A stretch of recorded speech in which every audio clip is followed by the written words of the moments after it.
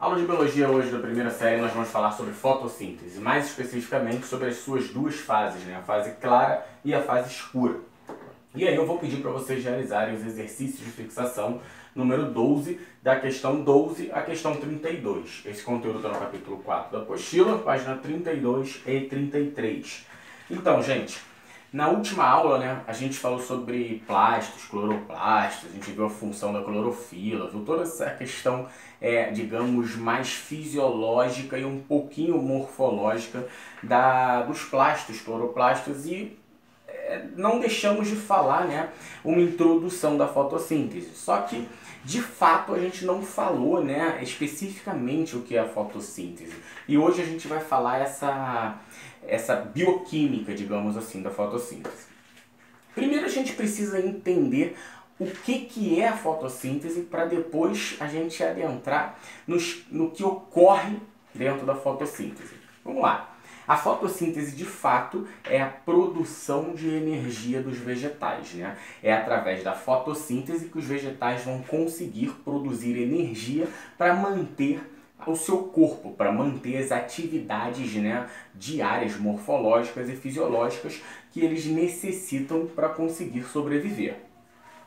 E aí, gente, uma questão muito importante da fotossíntese é que ela, para ocorrer, ela necessita de luz. E se ela necessita de luz, ela necessita de energia solar, de energia luminosa. E essa energia luminosa vem, na imensa maioria, de uma forma natural, que é o Sol. E aí, essa energia luminosa que os vegetais conseguem adquirir através da fotossíntese é de extrema importância para toda a cadeia alimentar, para todos os outros seres vivos, inclusive nós seres humanos, porque é através da fotossíntese que nós vamos incorporar dentro da cadeia alimentar fatores energéticos que vão ser transferidos através da cadeia alimentar, quando seres herbívoros se alimentam desses vegetais ou até mesmo seres onívoros e os seres carnívoros que vão se alimentar dos herbívoros, seguindo assim o processo, o degrau da cadeia alimentar. Então, sabendo dessa importância, vamos começar a falar especificamente, destrinchar como que acontece a fotossíntese. E para a gente entender isso, a gente precisa entender, compreender que o processo de fotossíntese ele é dividido e subdividido. Primeiro, ele é dividido em duas reações. Reações do claro e reações do escuro. Por que eu estou dando bastante ênfase em reações? Porque muitas vezes vocês vão ver etapa do claro e etapa do escuro. Porém, o mais correto é reação clara e reação escura, tá? Então vamos lá. A reação do claro, ela vai produzir energia. E a reação do escuro, ela é a fase mais química, é a fase que vai sintetizar essa energia que foi produzida na fase clara. Logo, para que ocorra a fase escura, tem que ter ocorrido a fase clara. E um detalhe, apesar dos nomes, a fase escura não necessariamente ocorre na ausência de luz. A fase clara precisa ter luz. Agora, a fase escura não necessariamente tem que ocorrer na ausência de luz, beleza? Vamos lá. E aí vocês lembram que eu falei que ocorrem subdivisões. E essas subdivisões ocorrem dentro da fase clara, dentro da reação de claro. A reação do claro, ela é dividida subdividida, em fotossistemas. Fotossistema 1 e fotossistema 2. E aí, gente, esses fotossistemas, eles são responsáveis por captar a luz. No caso, na imensa maioria das vezes, a luz solar. Então, a fase claro, obrigatoriamente, tem que ocorrer na presença de luz. Ela respeita a sua nomenclatura, fase do claro, reação clara. Ela tem que ocorrer na presença de luz. E a sua principal função, quando a gente vai para as suas subdivisões, é justamente relacionado a essa captura da luz, a essa, digamos, absorção da luz, em fotossistema 1 e fotossistema 2. O fotossistema 1, a gente pode dizer que é uma subetapa mais primitiva. É uma etapa onde a gente vai ter apenas um tipo de clorofila, tá? Que é a clorofila do tipo A, e ela vai absorver luz em comprimentos de ondas por volta de 700 nanômetros. Tá? Ou seja, ela capta uma luz mais forte, ela é um fotossistema mais primitivo, necessita de uma intensidade de luz maior para que consiga ocorrer. Já o fotossistema 2, ele apresenta mais de um tipo de clorofila, ele apresenta também a clorofila A, porém vai ter clorofila B e também as xantofilas, que são tipos específicos de clorofila, xantofilas. E aí, por ela apresentar mais clorofila, mais tipos de clorofilas específicas, ela consegue captar luz, né, em comprimentos menores. Ou seja, ela consegue captar luz até em comprimentos de 680 nanômetros. Mas, poxa, professor, de 680 para 700 são só 20 nanômetros de diferença, porém quando a gente fala de comprimento de luz, 20 nanômetros é uma diferença muito grande.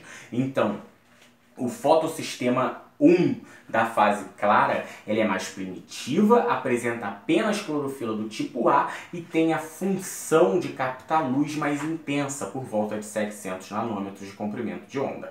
Já o fotossistema 2, por apresentar mais clorofila, tanto da clorofila A como clorofila B e xantofilas, que são específicas também, ela consegue captar luz com menor intensidade, ou seja, em comprimentos de ondas por volta de 680 nanômetros, tá?